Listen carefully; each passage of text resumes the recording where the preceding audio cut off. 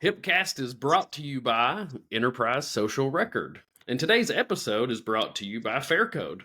Are you looking to maximize your hospital's revenue and streamline patient documentation? Introducing Faircode, your trusted partner in DRG reimbursement optimization. Faircode's 100% board-certified physicians collaborate seamlessly with your coding, CDI, and medical teams to conduct lightning-fast chart reviews, pre-bill and post-discharge to ensure accurate reimbursement. Only 10 to 15% of the chart's Faircode reviews requires changes, yet their recommendations result in a significant boost to a health system's cash flow. Worried about risk? Try Faircode's 13-week trial. If they can't pay for their services, they'll keep reviewing charts until they do. And by the way, historically, Faircode's 13-week trial leads to ongoing partnership with a remarkable 3-to-1 hard dollar ROI. Don't miss out on the opportunity to enhance your reimbursements. For more information about Faircode and how you can experience the maximum in healthcare revenue optimization, contact Steve Hansen at 615-600-2166. Hey, good morning, good afternoon, good night, or evening, depending on where you are listening to this and when. It is morning here for us in Southeast Tennessee on the day of this recording, and today we have Glenn Krauss with us. Glenn, welcome. Thank you for joining us today. Oh, no problem. Today we're going to talk about CDI, possible, retooling or rethinking of that in terms of excellence in documentation. We'll talk a little bit about what health information professionals can do to kind of shore up their future. What do you need to be thinking about in terms of clinical documentation? Glenn is no stranger to our profession and a large part of our membership. He's at conferences pretty consistently. He posts consistent content on LinkedIn, largely related to CDI. And recently, Glenn, I've noticed a lot of post from you about AI and RAGs and different things. So we might get into a little bit of that conversation as well. But I'm going to read your bio for the members or the listeners who may not know you. Glenn Krauss is a well-recognized and respected subject matter expert in the revenue cycle with an emphasis and focus on collaborating and working closely with physicians in prompting, advocating for, educating, and achieving sustainable improvement in clinical documentation that accurately reflects and reports the communication of fully informed, coordinated patient care. He previously provided ICD-10 education to the medical staff of Arrowhead Regional Medical Center, accompanied by Jeff Epstein, MD, in preparation for the migration from ICD-9 to ICD-10. Probably not that recent anymore. It's been almost a decade now, hasn't it? So that's pretty. Can you believe that? Yeah, can you imagine? Gosh, it's crazy. Glenn possesses 25 years plus of progressive, practical, hands-on experience in clinical coding and documentation improvement, subscribing to the philosophy that quality of medical record documentation strongly correlates with overall quality of care and the overall achievement of a high-performing revenue cycle. What sets Glenn apart in the clinical documentation improvement arena is the recognition of clinical documentation effectiveness, accuracy, completeness, and contextual consistency as a fundamentally integral part with all the components of the revenue cycle. Glenn, again, welcome to the show. And I want to back up on something that I said. I said that's, it's probably not so recent that you were working with that facility, but as we know, adoption takes a long time. So I'm hoping that was almost a decade ago and not recent. Yeah, it was, but we've been doing some additional training. We've been doing some additional training because people have a tendency to forget, even after 10 years. True. Yeah, that's very true. It is remarkable to think it's been 10 years. It is very remarkable to think it's been 10 years, but also, it takes 3 years to really implement any significant change. And by year 5, you have to re-solidify, hey, this is the way we do it now. And it really takes 7 years to anchor change into the culture of an organization. I can't remember the author. I don't know if that was Peter Drucker or someone else, but that was in a leadership change management book that I read in one of my educational experiences, and that has stuck with me. And I've seen it to be true because of my change management and process improvement work that I've done over the years. So I'm not surprised, Glenn, that you're re-educating. It's almost like CDI. When you talk about CDI and you do the training, a few months after you finish the training and you come back to do some touch-up, you'll notice that a good number of the physicians fall back to their usual ways because it's a habit. You really Yes, have to absolutely. have someone you have to have someone who's there for reinforcement. Yeah. And I think we can speak about reinforcement as we move through the podcast. Yeah. Sure. Yeah, absolutely. Well, let's get into a little bit of CDI. I remember back in the day living in the basement of a hospital in medical records in the early 2000s when the DRG programs came along and we started building out CDI programs and we HI professionals were building out those programs in those times. But it appears that it seems like that a lot of that has started to shift more towards nurses and a little bit away from the HI professional. And as I married a nurse, I have to be careful. So I think she would like to be I think she's interested in the CDI piece. So there's probably a place for clinicians in CDI, but there's also a place for HI professionals. What's your review, Glenn, on CDI and where we are as a whole? Good question. You're right. The CDI program started under HIM primarily, but it's kind of migrated away to nurses. And I think what's the driving point of that is that a lot of the actors for the association started back in 2009. And they've done a lot of heavily marketing and a lot of sponsorship, and I'm certainly not putting down any consulting company, but they've spread the word that you must be a nurse.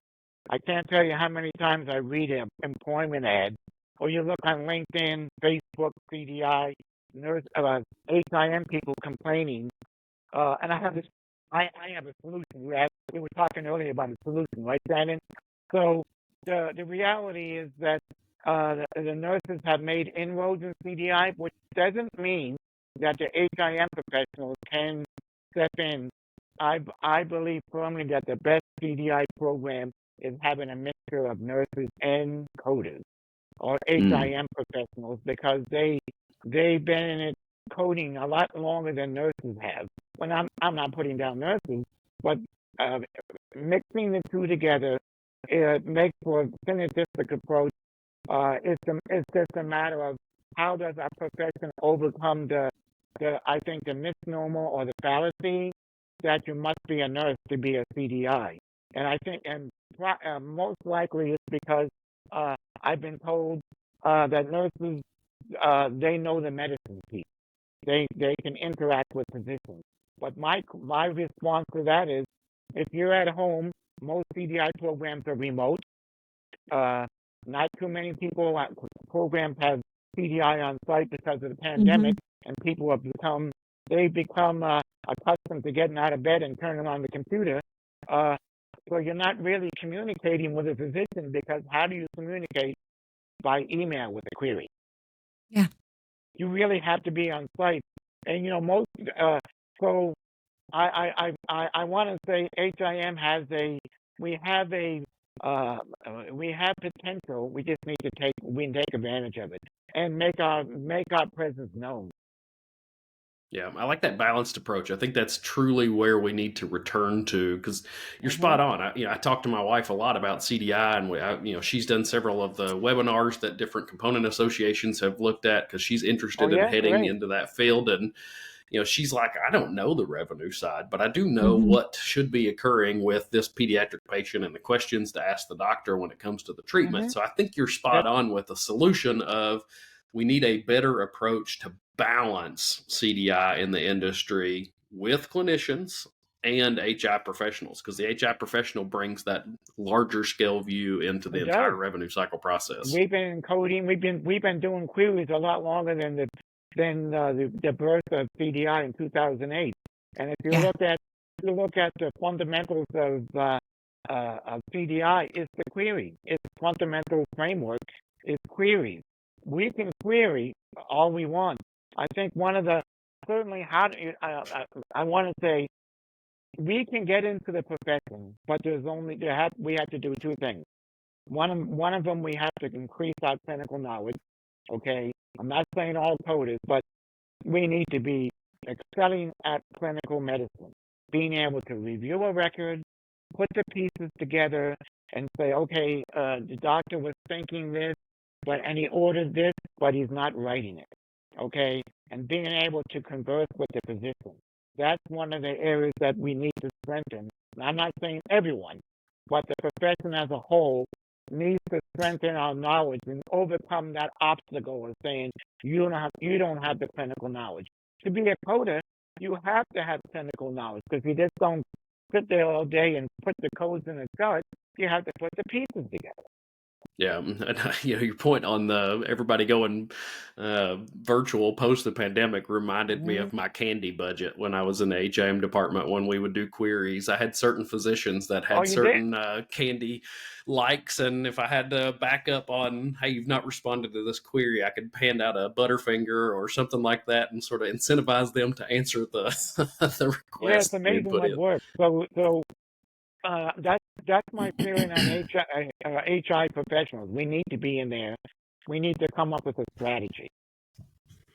Yeah, Glenn, you said so much in response to that first question. We could spend the whole show here, and I won't. I'll move on soon, but maybe not soon. But we will move on past this. But I have so many thoughts about what you said. All just very thought provoking conversation. Because first of all, it's interesting to me that you said what you hear in the market is that the nurses know the medications. Well, when 100 years ago, when I was in school to be an RHIT, I had to have pharmacology and pathophysiology, and I had to align medications with disease processes.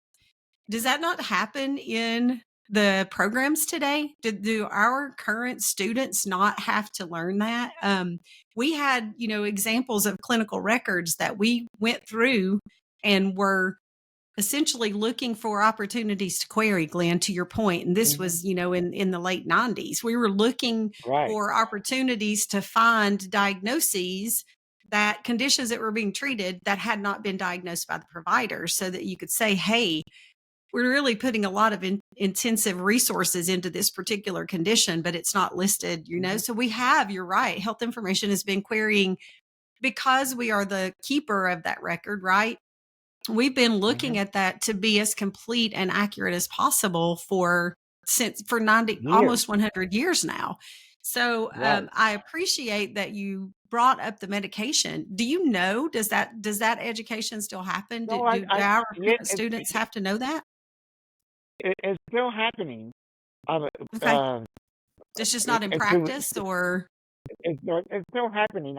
Really what's happening is, okay, we have nurses, and I'm not putting down nurses, in CDI.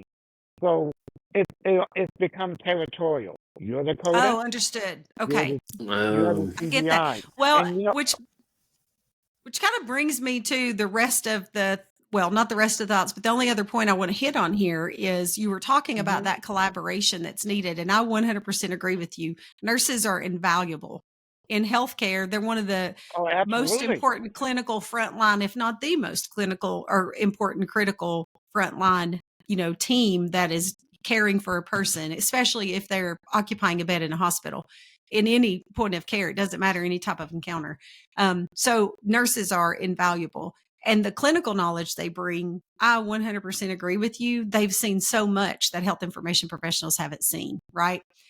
But also to that same point, the other half of that coin, if it's two-sided, the other half of that coin is the coding requirements, the documentation requirements, what has to be considered present to be qualifying? And then what are the rules around principal diagnosis versus it is not the principal diagnosis, and all of these rules. There are as many coding and regulatory rules for documentation as there are for clinical care. I mean, it is just an overburdened system, and I can understand some of it, not all of it. But my question to you to follow up on that is, with AHIMA's purchase of HC Pro last year, or maybe that was late 2023. We might be beyond a year now. Late 2023. Yeah, so we're a little beyond a year now. And that includes Actus. So I understand the performance operational requirements or desires to bring together some of those, CDI in the HIM space and the Actus, that the nurses have. You should be sharing resources of the different, like education should be pretty much equivalent, right? So you would be able to transform potentially those two credentials into one credential, where that credential becomes accepted in the market. And we push that as, hey, every one of these folks have had the same kind of training to qualify them for this credential.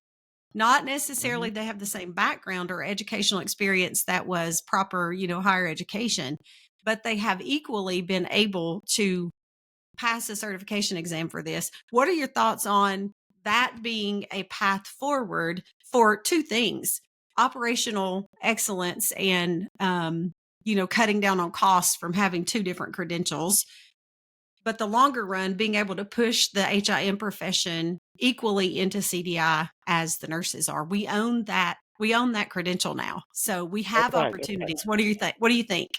I was wondering why they acquired HC Pro, in particular Actus, because it increases the distance between the two. We have HIM or HI here, we got CDI over here, and so it almost creates a chasm where we can't cross the bridge. And really, what's needed. If I was running the show, and I'm not running the show, but if I was, I feel strongly we should have one profession, one credential, one profession, one. Okay, it's almost like a cannibalization. We're taking people. Absolutely, it is.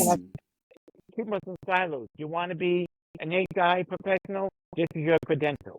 You want to be a nurse and be in CDI? This is your credential. And that's going to keep us from really making inroads, because most of the actors or the CDS is more highly recognized. You look at employment as, not that I'm looking for a job, like, Indeed, you kind of see what's out there. Most of them say must have CDS. Not too many say CDIP. Those forward thinking. And my take on HI or HI getting into the season is to have one credential, okay, and put the two disciplines together. And let me kind of explain what I mean by that, okay? And I'm not trying to brag, but I want to say this is what I expect CDI to be doing. And I don't even call it CDI. We ought to call it Physician Documentation Excellence. There it is. I like it. We went to grade school. You know what my father used to say? He's 90. God, he's still living. Still got it up here. We just went to visit him in Arizona. Okay. It's amazing what we laugh at when we're growing up, but then we realize it really makes sense. He used to say, you have any homework today? I say, no, I did it in class. Then he'd say, are you getting all A's? I said, no, not quite. He says, then you got homework. Okay. So it's the same thing with CGI. And here's where we really make inroads. As a profession of HI or HIM, we differentiate and can bring to the table what the CCDS or the designation of or the actors does not bring to the table. I'm not trying to be negative. Is being able to review the record before we even get to CCs or MCCs, which is the thrust of CDI, okay, which hasn't changed since 2008, be able to open up a chart and identify insufficiencies that are going to cause denials, clinical validation denials, level of care downgrade. Okay, that's what we call physician documentation excellence. If we had that skill set, if we had that core competency and knowledge base, and we made that part of the CCDS, then we could have one profession that's full circle. Because 15.4% of the initial claims, according to the Premier survey back in May of last year, are denied. 15.4% of the initial claims were denied. There was something in one of my medical journals on my post on LinkedIn that says how to address denials. Pretty simple. Improve the documentation. Because if you look at them, most of the denials, they're more than 50% in my personal experience over 30 years, which is worth something. It's due to poor documentation. And I don't like to use the word poor, but I'm getting so frustrated, I say forget insufficient. Just call it what it is. Poor documentation. I just reviewed one yesterday for a physician. There was the chief of all the services at a hospital in California. They asked, would you do a in-service to our chief of all the medical services, cardiology, the whole 9 yards. And I said, I'd like to do a presentation to start with on how not to document. Not how to document, how not to document. Okay, and I put up this is what CDI should be able to do. Put up a chart and say this was denied for medical necessity. Let's go through it and see what you think. Let me ask you a quick question about the stat you used. That 15.4% of claims denial in the beginning, is some of that being denied at the system level before there's human intervention and it just comes back on your EDI transaction that says claim was denied? The claim is sent to the payer, and the payer will request the record. They look at the record. Okay, so it's denied after review. Okay, thank you. That's what I was trying to. But some of the, if you drill down further, you'll see that some of the denials are related to no authorization, not our insured. Okay, wrong CPT code authorized if it's outpatient. But all the inpatients, either the technical or non-technical, technical meaning timely filing, not our insured. But the majority of the denials were inpatient, in my experience, have been poor documentation. And if you look at the third contractor report that came out in December for 2024, the third contractor sampled 50,000 claims, fees for service, improper payment at 7.66% for the entire fee for service. Inpatient was 5.4%, or 15% of the improper payments were from short-term acute care DRG hospitals. 78% of those denials are due to two categories: medical necessity and insufficient documentation. Which were really one and the same. Why is it that for the last 10 years, the denials, improper payments for inpatients are between 77 and 80%? Because our CDI programs are not crazy. HIM we can help change that. We just got to bring our skill sets to the table. First, we have to self-learn, take the initiative, acquire the knowledge, know about NCDs and LCDs and what is the best standard of documentation. E&M 2023, not coding, but actually knowing the standards, because the standards of E&M for billing is the same standard for documentation, right? Medical decision making. And CDI, I have to say, in most instances, does not know anything about E&M. They know very little about medical decision making. What are the three elements and how to capture them? So if we had that skill set, we would be in high demand. People would be saying sign-on bonuses, like nurses. Hey, you need a job, $10,000 sign-on bonus. Yeah. I'll take that $10,000 with you.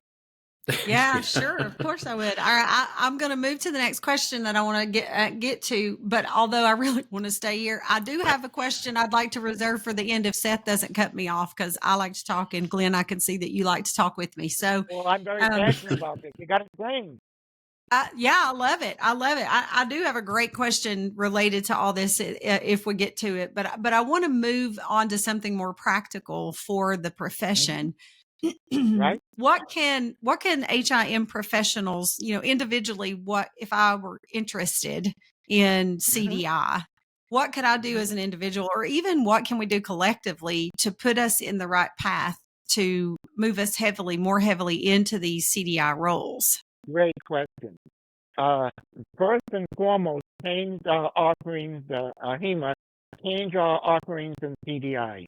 Okay, we don't need to know Yeah. about our queries. Queries has been beat to death. Okay, forget queries. We got to get. I like it to like a training wheels on a bicycle. Okay, we need to take off our training wheels and start to ride the bicycle. Okay, so that's number one. Number two, we need to be committed to growing our career. Okay, three, going out there and learning as much as you can about documentation from a from a from a true documentation perspective. Getting away from DRGs, CCs, MCCs. Okay, what are the standards of documentation of a history and physical? Yeah. Okay, what is the standards of documentation for a progress note? You can look at things like physician documentation quality instrument 9, revision 9, GDQI 9, and use that as the standard. Okay, so we need to have our association re-engineer, rebrand, reformulate our training and the expectations, then change the requirements for CDIP to embrace those additional areas that we can focus on from a physician documentation excellence. Okay, is this a good ER note? Most denials occur because we got poor documentation in the ER. That's when medical necessity starts. So look at our profession from a true physician documentation excellence. Provide the education, provide the resources, change the requirements for the CDIP. We want to get in there. Differentiate ourselves from traditional CCDS, which I'm not saying is bad. That's how we make inroads. And I have to say that you can get the training or from a HEMA or as I mentioned. Well, I'm hoping they go down that path. But a lot of the training you need to do on your own. You got to be committed. You got to have self-learning, drive for success. I'm not trying to brag here, but I wanted to tell you, I've never been to any boot camp. I've never been to any coding training. I've just done it on my own because my first coding job out of HIM school was a coder in Little Rock. I was making $9.98 an hour. And I said, I must have hit rock bottom. Sounds like Walmart, like yellow drop. Well, you were in Arkansas. Yeah, back in 1994, to be with honest. Walmart. So, yeah. Let me ask you a little bit of a question. First of all, I want to clarify. You said you haven't had coding training, but you very, very distinctly declared after you are a graduate of an HIM program. So he means he hasn't had additional coding training after college. Well, yeah, he is, the training they give you. I want to make sure the audience knows you really do have those skills from an HIM perspective. Yeah. Yeah. But they give you a crash course. Here's a book. Here's some cases. Look up the codes. You pass. In the boot camp, you mean? Yes. Yeah, in the boot camp. Yeah. Absolutely. Yes, I 100% agree with that for sure. So I'm curious. I want to make sure that I understand what you're saying, because it sounds like you're still.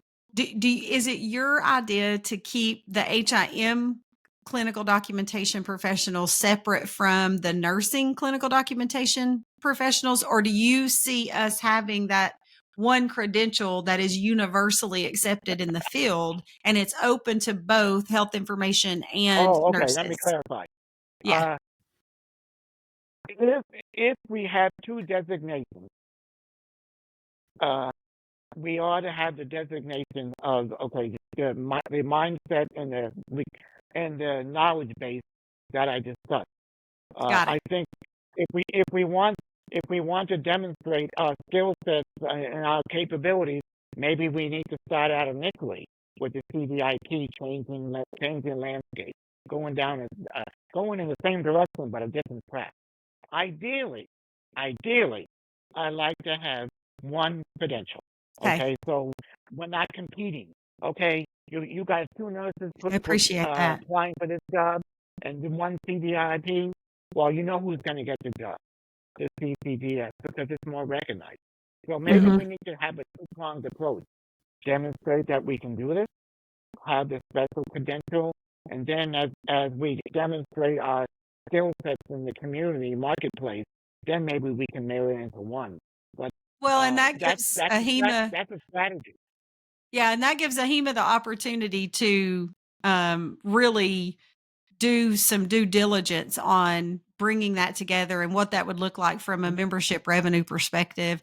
That's Because right. if we have that one credential like that, and if it sits under HC Pro under Actus, then we're almost cannibalizing some of our health information credentials and moving them over to Mhm. Actus. And if we Right. have it the other way, we're really diminishing, or not diminishing, but really we're moving Actus over to the HIM professional, where we have a Mhm. bunch of nurses in the profession, and that's not always been a welcome thing, but it's because we haven't done Nope. it in an effective manner to keep from diluting the health Effective. We information have. professional. Yeah. But if we do that, where we don't diminish the health information profession or the nursing profession, that could be Mhm. a victory, where you also get a lot of nurses exposed to the HIM side of this that could Mhm. encourage them to go back for for the health information education, and That's you a could good build point. a very strong workforce. Right.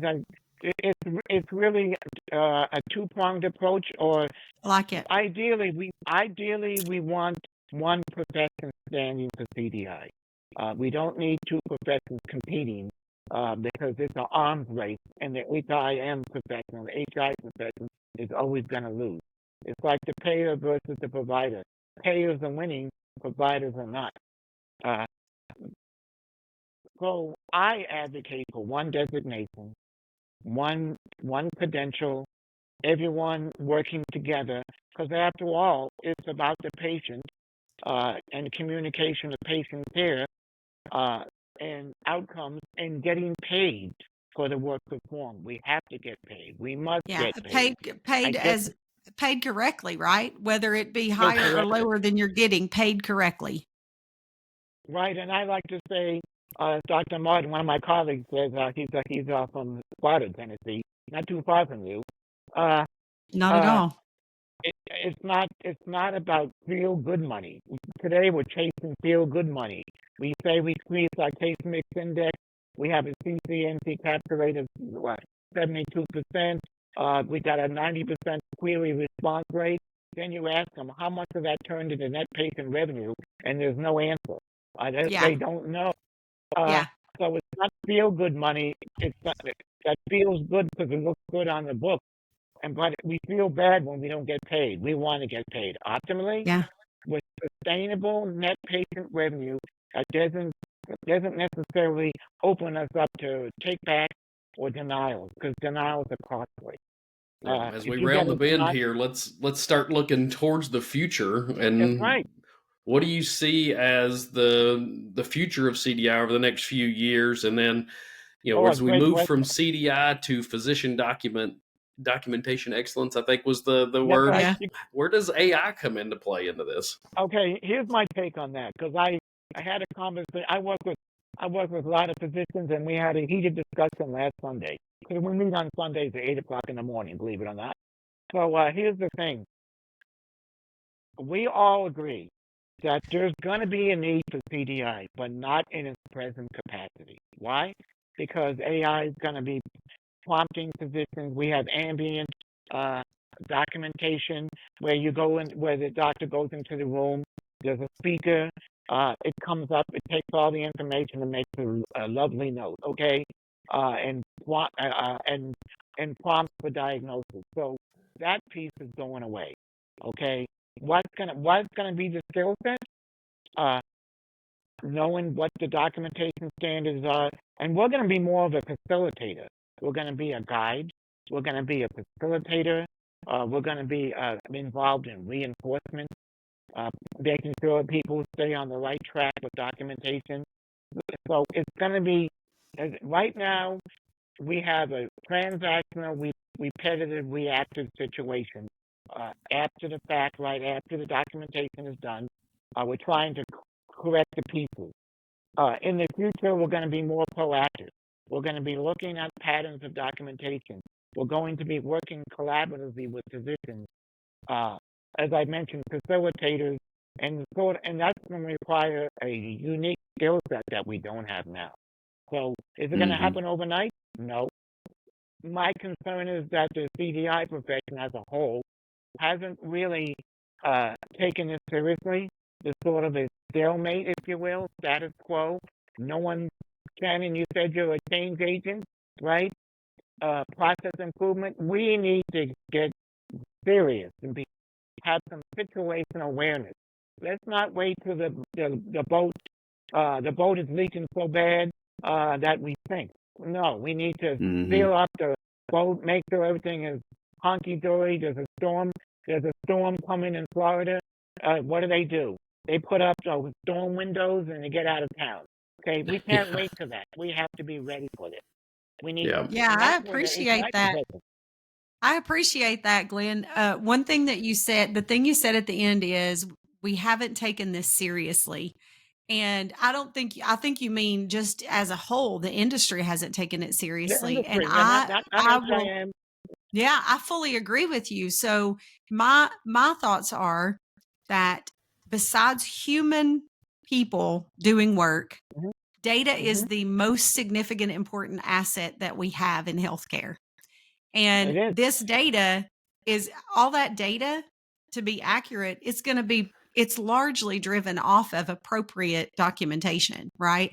And CDI, or whatever we want to call that in the future, for our professionals and the nursing professionals as well, that's going to drive so much of the way medicine is delivered in the future. It's going to change protocols. It's going to change regulatory practices. It's going to change workflows. And we don't take it serious. We do have the opportunity. Now, this is where I think, based on what you just said, this is where I think that health information has the long game advantage over nursing, because we do understand the structured data that's been part of our life forever, and we do understand the unstructured data. We have the ability to inform data practices in a manner because of our training. We're librarians from 100 years ago. We have the ability to form those data structures and those policies that can take us into that appropriate, that true excellence in documentation for how we will practice medicine, really now and in the future. And if you think about, there was reading an article about AI and the concern for accuracy. So think about outcome studies. If we don't have good documentation, then we don't have good outcome studies like today, and then that information is fed back to the AI, machine learning, natural language processing, and all that. So we're going to continue to have the same bad data feeding an insatiable appetite for machine learning and outcomes and algorithms. So why not take advantage of today? Speaking quickly of data, think about most programs in the CDI. I would say the majority, not all. What happens is they don't even get any feedback on denials. Okay, how do you improve outcomes if you don't understand what the outcome is? So I want to just stress. Well, today we can make inroads in denials avoidance, and that's what we call proactive preemptive denial avoidance, by taking the outcomes and the data from our denials and feeding it back to our educational program. Yeah, and we don't have outcomes at scale. I mean, every person has an outcome, but we don't really collect that information. And even if we do for a subpopulation from our healthcare organization, we're going to have it on that population because we're specifically focused on measuring that population because we got a grant or because it's the one that's costing us the most money. But at scale, we are not collecting outcomes data on any discharge at just at scale. We're not doing it. So no matter how good our AI protocols are now for managing documentation, it's still not going to have an impact on patient outcomes until we know what outcomes are. So I love that. Seth, any final thoughts as we close? It seems like there's a lot So of opportunity here for CDI in the future. As long as we can bring it together, that's the key. Right. I think Glenn's right. There's a chasm in between. So Glenn, it's been a pleasure having you on the podcast here, and we look forward to engaging with you more on LinkedIn. I like your posts. Keep your posts coming. They're good, aren't they? He's doing a great job. Love them. He's great job. I just want to close by saying I read him. I go through the post about midnight. And it kind of enlightens me. So before I'm done, it's 1:00 in the morning. So keep it up, okay? Sounds Thanks good. so much, Glenn. Thanks for coming on. Thank you, Seth. Thank you, Shannon. Yep. See you next time. Hey, see you next time, buddy.